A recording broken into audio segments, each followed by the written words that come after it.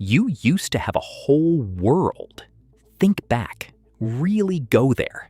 The woods behind the house, the empty lot everyone called something, the one big hill, that patch of the creek, a friend's backyard 3 streets over that your parents had genuinely never seen. You left in the morning. You came back when the streetlights came on.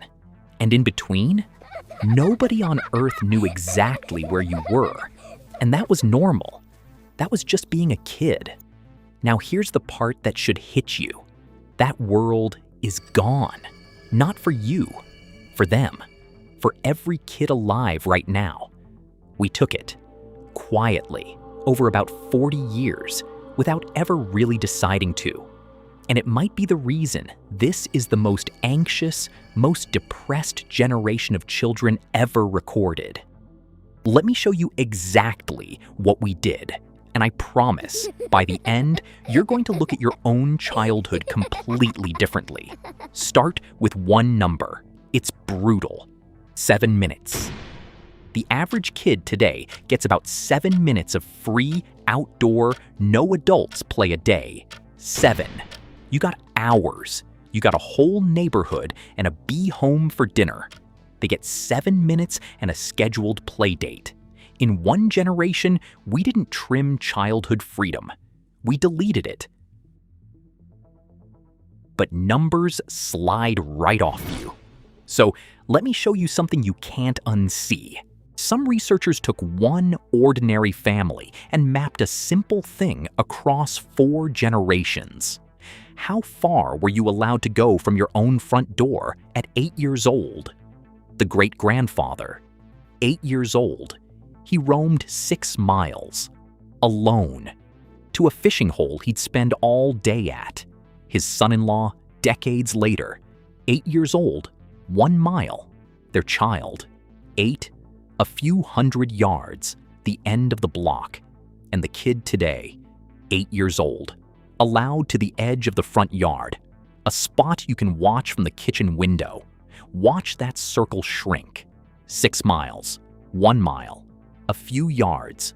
The front step, 4 generations, and a child's entire world collapses into a dot you can see from the sink. That is not a parenting choice. That is a map of something we lost. And I don't think we've begun to understand what's shrinking with it. Because here's the flip. And this is where it stops being sad and starts being important. If you feel this one landing, that's the moment to subscribe, because everything changes right here. That freedom you had, the roaming, the woods, the being gone all day. You think it was just fun. The best part of being a kid, it wasn't fun. It was training. Think about what you actually did out there. You went somewhere alone. You got a little scared. A dog, a dark path, an older kid, a dare, and you handled it. Nothing happened, and your brain quietly saved the most important file a human can have. I was scared, and I was fine. You did that 1,000 times. 1,000 tiny hits of fear alone that you survived. And every single one built the exact thing that generation is missing. The gut-level knowledge that fear comes and passes, and you're still standing. That's what childhood freedom was for. It was the gym where you built your nerve. Now watch what happens when you take the gym away. A kid today has every risk removed before they reach it. An adult one step ahead, all day, every day, catching the scary thing before it lands, which sounds like love, feels like love, but it means the doses never come. The 1,000 little fears survived alone. They never get them, not once. So they arrive at adulthood, having never proven to themselves they can handle being afraid.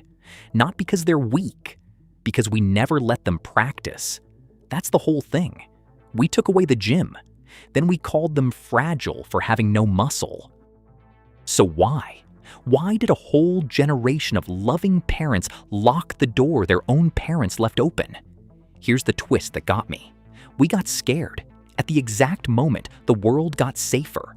Crime was falling, actually falling. But the news sped up, got louder, got hungrier, and suddenly every rare nightmare from anywhere in the country showed up in your living room in full color, on repeat, until a 1-in-a-million horror felt like it was parked outside your house. One phrase crawled into an entire culture and never left. Never let them out of your sight. That's the villain, not you, not the parents. A wave of fear pumped through a screen that told the safest generation in history that the world was hunting their kids, and that good parents keep them close, closer, inside. We didn't take their freedom in one cruel decision. We took it one worried just to be safe at a time. Each one felt right. Each one felt like love. Now, I'm not going to lie to you and make this too simple. Some caution is real. Some dangers are real. And yes, phones threw gasoline on the fire once it caught. This isn't one neat villain, but under the phones, before the phones, is the wound nobody names. We took away the roaming, the risk, the trust. We filled every hour and watched every step, and we left kids with nowhere left to practice being brave. They're not broken. They were just never handed the one thing you got for free, the freedom to walk into something scary, alone, and find out they could take it. And here's the good news, because there is some. That freedom is cheap. It's sitting right there. Let them walk to the shop. Let them go one street further than your fear wants. Let them climb the tree and feel the height in their stomach.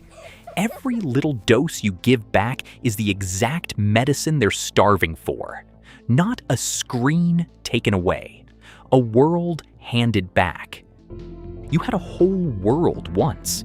You turned out able to handle things because of it. That kid is still in there, wired to grow brave, the second we stop holding on so tight. Listen to it.